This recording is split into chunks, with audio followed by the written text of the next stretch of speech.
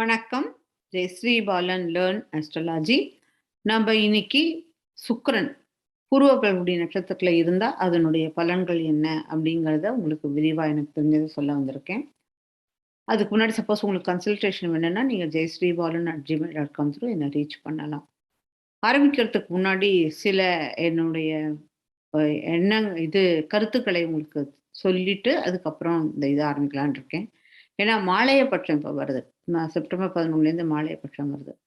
அதனால எல்லாருமே வந்து இந்த நம்ம பிராமின்ல வந்து வீட்ல இது பண்ணுவாங்க.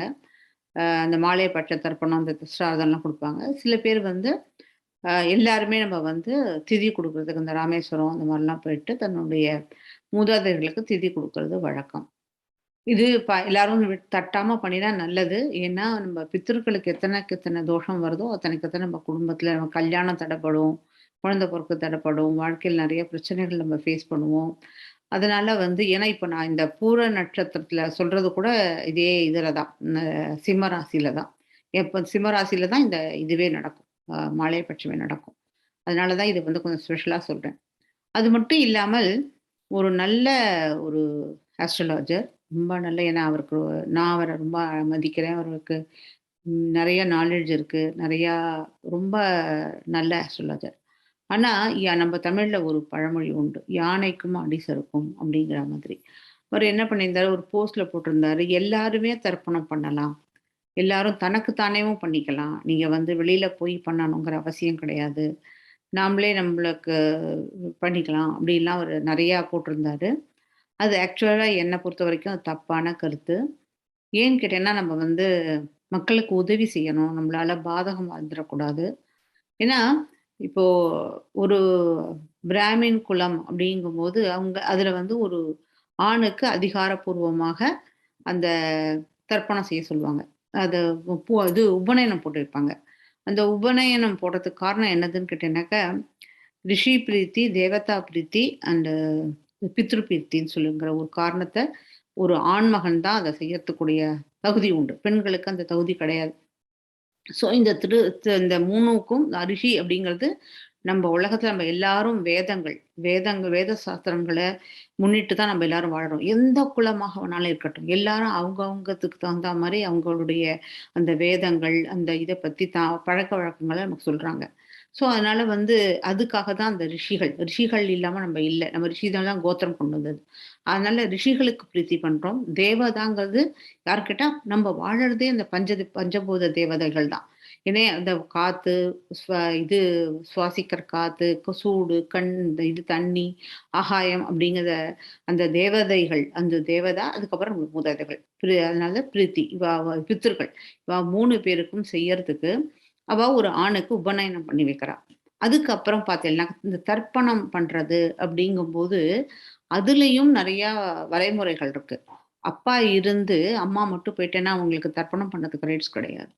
அது மட்டும் இல்லாம ஆண்களுக்கு அப்பா இல்லாதவர்களுக்கு தான் அந்த தர்ப்பணம் பண்ணணும். அது மட்டும் இல்லாம இந்த கூர்ச்சம் போட்டுக்கிற விதம் இருக்கு. எப்படி போட்டுக்கணும், இடம் போட்டுக்கணும், வலை போட்டுக்கணும், பூணல் போட்டுக்கிறது.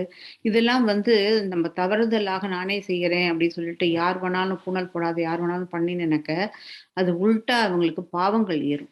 அதுக்கு நீங்க வந்து அழகா ராமேஸ்வரம் போய் எங்க ஒரு இடத்துல இருக்கோ, பக்கத்துல இருக்கோ, நாசிக்கோ அந்த மாரியான இடத்துல போயிட்டு நீங்க திதி குடுத்து, இல்ல உங்க வீட்லயே இவங்கள ஐயர கூப்ட்டு நீங்க பண்ணும்போது, உங்களுக்கு அந்த மூதாதையர்களுடைய சாபங்கள் எல்லாம் நீங்கும். அதனால நீங்க சில பேர் நெறைய பேர் மாற்று கருத்துக்கள்லாம் சொல்றாங்க.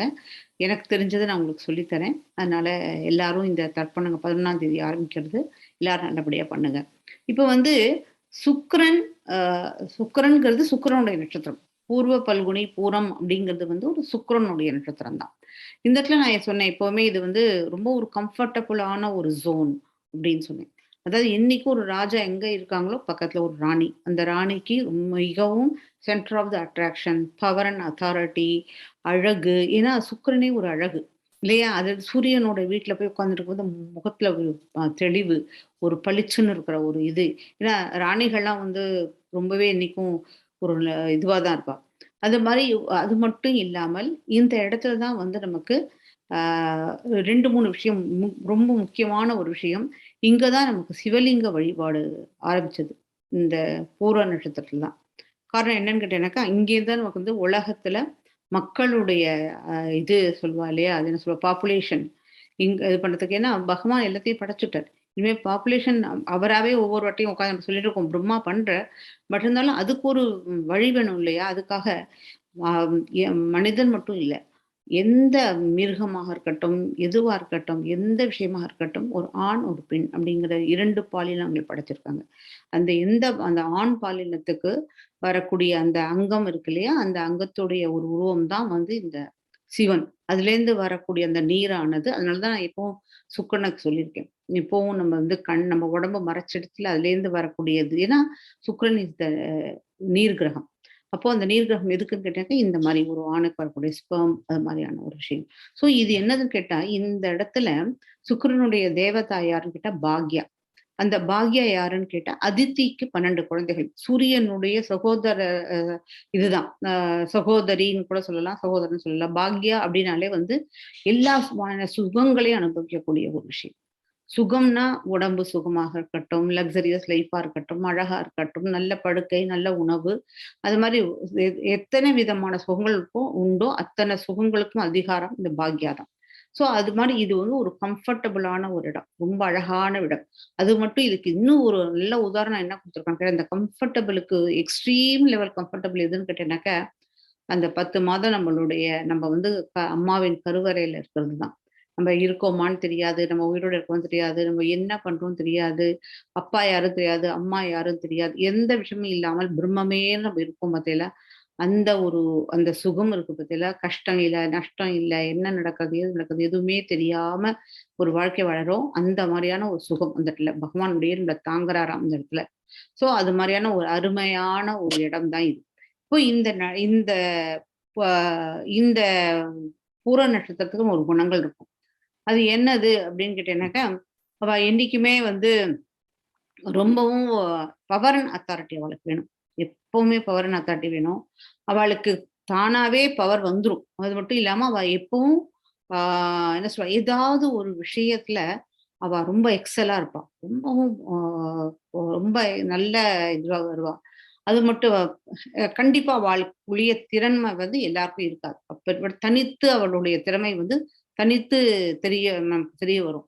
அது மட்டும் இல்லாம அவர்களுக்கு வந்து காசு சம்பாதிக்கிறதுக்காக வேண்டி இது கிடையாது. அவளுக்கு வேண்டியதெல்லாம் பவர் அண்ட் அத்தாரிட்டி மட்டும் தான். அவ ஒரு வேலைக்கு போறா அப்படின்னாக்கா, அந்த வேலையில இவாளுக்கு மேல ஒருத்தர் இருக்கானாக்கா, அங்க வேலை பண்ண அவளுக்கு பிடிக்காது. அது மட்டும் இல்லாமல் யாருக்கு தேவை அப்படிங்கிறத அவளுக்கு தானாவே இன்ட்யூஷன் மாரி அடுத்து கேட்காமயே போயி அவர்களுக்கு தன்னுடைய உதவிக்கரம் நீட்டக்கூடிய ஒரு திறமை உண்டு. எங்க யாரு தப்பு செய்யறா அந்த இடத்துக்கு அவ போகவே மாட்டா. இல்லீகலான விஷயம் பண்ண மாட்டா. ஒரு விஷயம் பண்றோம் அப்படின்னாக்கா, அந்த விஷயத்துக்கு அதுலேருந்து பைசா நமக்கு லாபம் வருதா அப்படிங்கிற நினைச்சுன்னு கிடையாது. அடுத்தவர்களுக்கு உதவி செய்யறோம் அப்படிங்கிற ஒரு விஷயம் தான் அவளுடைய முக்கியமான ஒரு இது. ஆ அது மட்டும் இல்லாமல் இவர்கள் வந்து நேர்மை. மிகவும் அவர்களுக்கு நேர்மையான ஒரு வேலைதான். காசு, பணம் அந்த விஷயத்த பத்தி அவளுக்கு தெரியாது. அது மாரி அடுத்தவர்கள் அது மாரி செய்யும்போதும், அத அ கரெக்ட்டா தண்டிச்சு, அத எதிர்த்து கேட்கக்கூடிய ஒரு திறமை உடையவர்கள். தப்பு செய்றவர்களுக்கும் தண்டனை கொடுக்கக்கூடிய அளவுக்கு அவர்களுடைய பவர் அண்ட் அத்தாரிட்டி அவங்க கிட்ட இருக்கும். இப்ப வந்து அ இந்த அவளுடைய 4 பாதம் இருக்கு. பூர்வ பல்குனிக்கு மொத்தம் 4 பாதம். அந்த இடத்துல இந்த சிம்ம ராசிக்கு 9 பாதத்துல நம்ம வந்து செவ்வாயுடைய சாரம், ராகு, குரு, சனி இந்த 4 பாதத்துடைய இந்த இந்த ராசியோட 4 பாதம், அதுல இந்த பூர்வ பல்குனி 4 பாதம். அத வச்சு தான் நம்ம வந்து இப்போ இணைச்சு உங்களுக்கு பதில் சொல் அ இது உங்களுக்கு ரிசல்ட் சொல்லப் போறேன். அதாவது இந்த இடத்துல செவ்வாயுடைய சாரம் அப்படின்னு வரும்போது, சிம்மத்திலேருந்து பார்க்கும்போது 4வது வீடு, கேந்திரஸ்தானாதிபதி. அதே சிம்மத்திலேருந்து உங்களுக்கு 9ஆம் வீடு பார்க்கும்போது, மேஷம் பார்க்கும்போது அது திரிகோணாதிபதி. அந்த கேந்திரம், திரிகோணம் அப்படிங்கிற ஒரு விஷயங்கள் வந்து இப்ப அந்த ஒரு நல்ல சுப கிரகம். அது மட்டும் இல்லாம நெருப்பு கிரகம், நெருப்பு வீட்ல என்னைக்குமே சக்சஸ் தான். அதனால இவ வந்து என்னைக்குமே ரொம்ப சக்சஸ்ஃபுல்லா, ஹேப்பி ரொம்ப எல்லா ப்ராப்பர்ட்டி காரு, வாகனம், அதிகாரம், மனைவி, குழந்தைகள் எல்லாம் இருக்கும். நெறைய இன்ஹெரிட்டன்ஸ் இருக்கும். அது மாரியே ராஜாக்கள் வந்து என்னைக்கும் யார்ட்டருந்து வாங்க மாட்டா. ராஜா அடுத்தவாளுக்கு குடுப்பா. ராஜா, ராணிகள் எல்லாம் வந்து தன்கிட்ட இருக்கிற பொருள அடுத்தவாளுக்கு குடுக்கறது தான். அதனால அவ என்னைக்குமே அடுத்தவர்களுக்கு நெறைய பணம் குடுக்குறது மட்டும் இல்லாமல், தன்கிட்ட இருக்கிற கவர்மெண்ட்லேருந்து குடுக்குற பணம் வேற, தன்னுடைய சம்பாதிச்ச பைசலேருந்து எடுத்து அடுத்தவர்களுக்கு ஒரு உபயோகம், யாரு தேவையோ அவர்களுக்கு தேடி கொண்டு போய் குடுத்து ஹெல்ப் பண்ணக்கூடிய ஒரு நல்ல ஒரு அருமையான ஒரு பாதம் இந்த பாதம். அதாவது பூர்வ பல்குனி முதல் பாதத்துல சுக்கிரன் இருந்தா. அடுத்தது பார்த்தீங்கன்னா, உங்களுக்கு ராகு. ராகுன்னு வரும்போது, இந்த இடத்துல இதுவும் மிகவும் அருமையான ஒரு பாதம் வந்து ராகுவோட இதுல வருது. இந்த ராகு அப்படின்னு பார்க்கும்போது பார்த்தீங்கன்னா, உங்களுக்கு எப்பவுமே காலபுருஷ தத்துவத்துல மேஷத்துக்கு எதிர்த்தாப்புல இருக்குது எது? துலாம். துலாம்ங்கும்போது உங்களுக்கு அதாவது திராசு தான் அதுல குடுத்துருப்பாங்க இல்லையா? ஆ அந்த என்னது மெஷரிங் இது இருக்கு இல்லையா? அந்த ஸ்கேல். அதனால ஜட்ஜா இருக்கிறது. அது மாதிரியே இது என்னாச்சு கேட்டா, உங்களுக்கு சிம்மத்திலேருந்து பார்க்கும்போது 7த் லார்ட் வந்து உங்களுக்கு அங்க 2 பேர் பங்கு. யாரு? சனி அண்ட் ராகு. ஸோ அந்த ராகுவோடைய பாதமா இருக்கிறதுனால, இவங்க ஜாஸ்தி அ ஒரு லாயரா இருக்கலாம். அது மட்டும் அட்லீஸ்ட் அவங்க வந்து ஒரு ஒரு சின்ன என்ன சொல்லுவாங்க, பஞ்சாயத்து லீடர், பொலிட்டிக்கல் லீடர், அப்புறம் ஏதாவது ஒரு ஒரு சின்ன ஒரு ஸ்டேட்டுக்காவது ஒரு லீடரா இருப்பாங்க. அந்த 2nd பாதத்துல ராகு பூர்வ பல்குனி 2ண்ட் பாதத்துல இருக்கும்போது. அடுத்தது 3வது பாதம் வந்து குருவோடைய இது. 3ஆம் பாதம் வந்து குருவோட சாரத்துல வருது. அங்க பார்த்தீங்கன்னா, நீங்க 5த் லார்ட் அதோட தான். அதனால அவர்களுக்கு மனைவி, குழந்தைகள், அழகு, inheritance eighth house is inheritance. நெறைய இன்ஹெரிட்டன்ஸ் வரும். ஆ நல்ல ரொம்ப அழகா வ எல்லா விதத்திலயும் குழந்தைகளா இருக்கட்டும், இதுவா இருக்கட்டும், மனைவி ரொம்ப அழகா இருப்பா. குழந்தைகள் எல்லாம் ரொம்ப அழகழகா இருக்கும். ஈவன் 2 புள்ள கூட பொறக்கலாம். அது மாரி வந்து 2 பிள்ளைகள் இருக்கலாம். அது மாரி நல்ல காசு பணத்தோட இருக்கக்கூடிய ஒரு விஷயம். அடுத்தது பார்த்தீங்கன்னா, உங்களுக்கு சனியோடது. சனியும் எதிர்த்தாப்புல உள்ளது தான். பட் என்னதுன்னு கேட்டீங்கன்னாக்கா, இந்த இடத்துல சூரியனுக்கு வந்து சனி கொஞ்சம் ஆகாது. பட் இங்க எல்லாமே நன்னா இருக்கு. அதே தான் மனைவி எல்லாரும் சந்தோஷமா இருக்கும். நல்ல லைஃபு அதெல்லாம் இருக்கு. பட் என்னன்னு கேட்டா, ஜாஸ்தி செலவழிப்பாங்க. ரொம்ப செலவழிப்பாங்க. அதனால வந்து செலவழிக்கிறதுனால அதுக்கப்புறமா தான் உங்களுக்கு வந்து கொஞ்சம் 45 வயசு ஆனதுக்கப்புறம் தான் கொஞ்சம் ஸ்டடி ஆக முடியும். ஜாஸ்தி பைசாவ வந்து சம்பாதிக்கிற பைசாவ இழந்துருவாங்க. இவங்களுக்கு வந்து சாதாரணமா 45 வயசுக்கு அப்புறம் தான் வந்து இவங்களுக்கு ஒரு லைஃப் வந்து ஸ்டடி ஆகும்.